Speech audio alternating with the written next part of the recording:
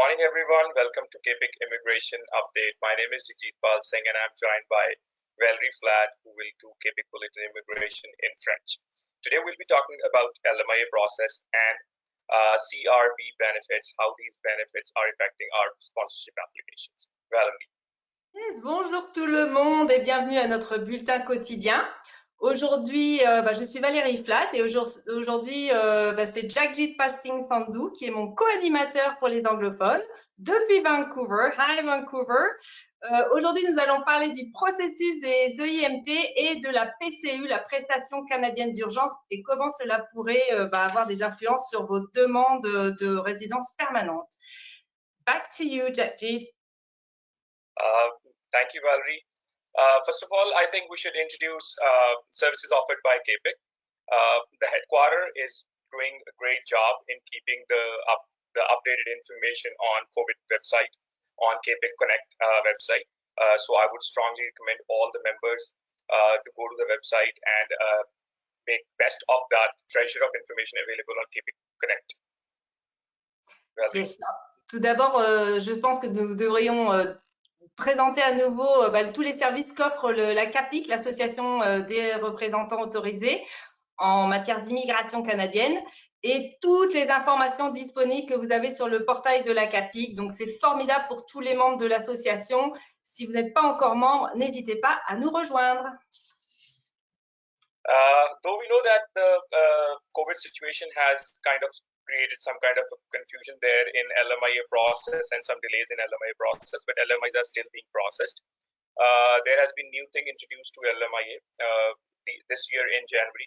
They started online portal to submit the LMIA application, but recently what they have done is now you can submit the LMIA application through emails. That's a very, very good step. The link definitely will be available on COVID website, the COVID page of KPIC website. Over to you, Valerie.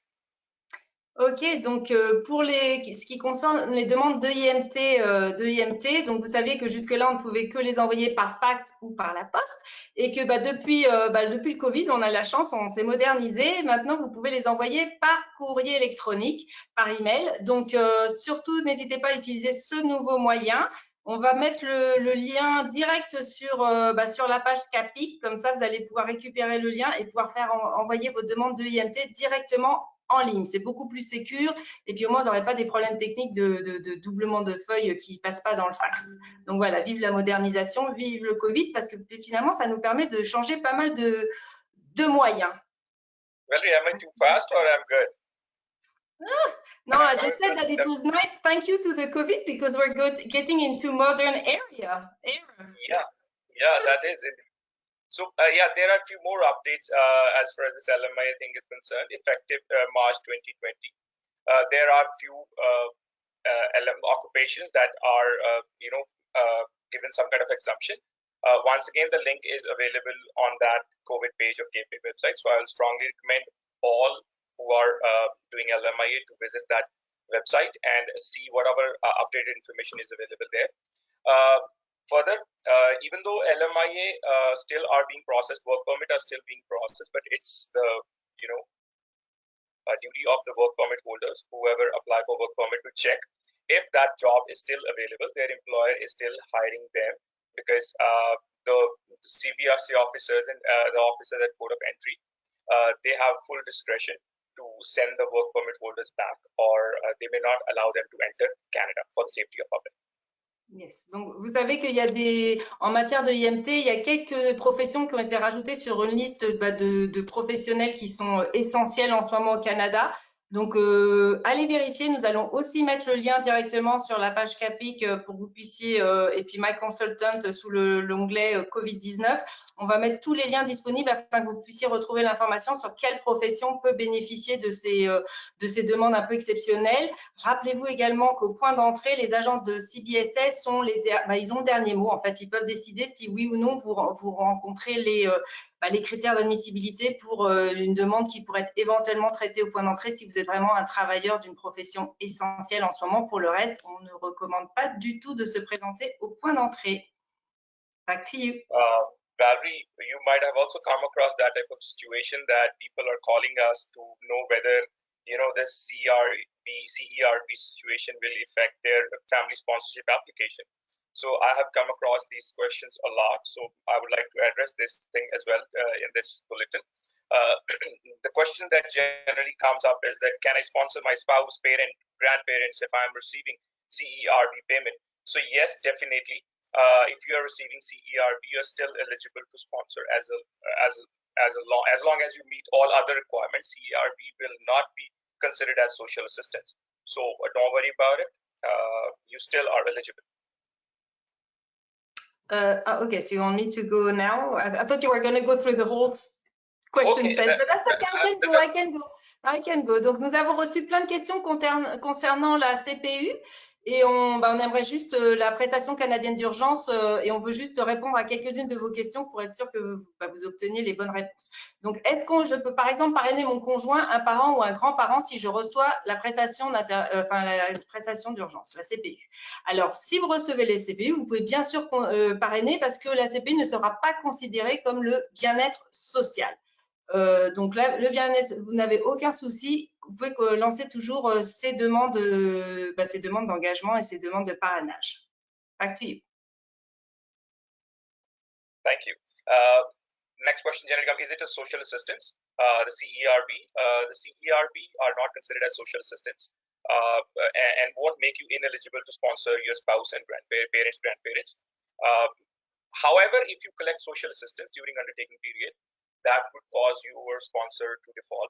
They would have to repay the amount. EIs or CERB during the undertaking process should not make you ineligible. They are not any kind of default if you collect these benefits during the undertaking period. Yes. Donc, qu'est-ce qui se passe si je reçois des prestations d'assurance emploi, donc du chômage, pendant la période d'engagement? En fait, que vous receviez le chômage ou la PCU, ça n'entraînera pas un manquement de la part du répondant. Par contre, si vous tombez sous le bien-être social, là, effectivement, vous risquez de ne plus répondre aux critères d'admission et vous ne répondrez pas donc aux critères d'admission pour le répondant. Donc, mais tant que vous recevez que du chômage ou la PCU, il n'y a aucun souci. Back to you. And we on every Tuesday we meet IRCC and ESTC to ask the questions that our fellow colleagues ask us. So please follow us on all the platforms, Facebook, Twitter, Quebec website, and send us your questions so that we can ask these questions to IRCC for more clarification. And as a responsible consultant, it becomes our responsibility as well to let our clients know to follow all the restrictions imposed by Government of Canada for the safety of public. So that we can slow down the spread of COVID in Canada. Over to you, Valerie. Yes, merci de nous suivre tous les jours à 15h et puis rejoignez-nous sur myconsultant.ca ou sur YouTube pour revoir nos vidéos et puis n'hésitez pas à nous faire parvenir vos questions parce que vous savez que nous y répondons, nous les faisons parvenir à IRCC avec une semaine d'avance, donc il faut les faire parvenir le plus vite possible pour qu'on ait la réponse la semaine prochaine. En tant que consultant, pour les consultants qui nous regardent ou même les avocats qui nous regardent, on espère que vous êtes des personnes responsables et puis que vous mettez en application les consignes du gouvernement du Canada en expliquant bien à vos clients qu'en ce moment, c'est pas recommandé de voyager au Canada parce qu'on essaye de protéger le public en évitant de propager bien sûr la COVID-19 dans tout le pays. Donc, c'est sûr que les restrictions sont là, sont mises en place et puis qu'on essaye tous de les respecter pour notre sécurité à tous et notre santé à tous. Donc, profitez de la journée, du soleil ou de la neige selon que vous êtes au Canada. Bye from Montreal and goodbye Vancouver. Thank you and goodbye and see you tomorrow for the latest updates. Yes, bye. See you tomorrow.